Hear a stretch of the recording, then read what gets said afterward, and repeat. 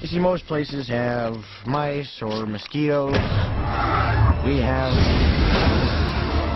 dragons. Terrific to meet you, Gerard. Thank you so much. Pleasure. You know, did you ever imagine you would be, and I'm going to read this to do it right, a hairy hooligan?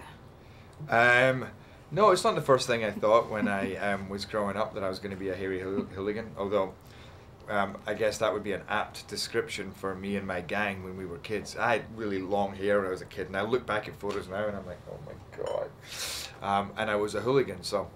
But I didn't think that when I grew up to be an adult that I would still be considered a hairy hooligan.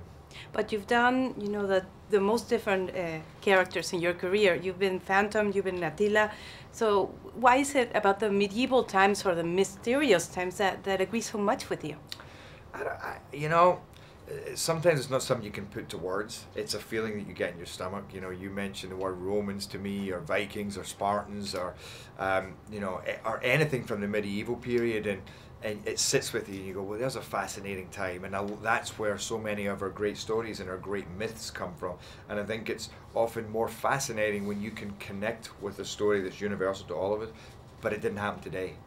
You know, it's all the more exciting when you go, wow, it was like that even then. Mm-hmm. You know, even in Viking times, or even in Spartan times, you know, or, and they were, you know, the Viking times are a specifically fascinating period, and they were such strong, brawny, tough people, and they fought dragons. And you did that very good.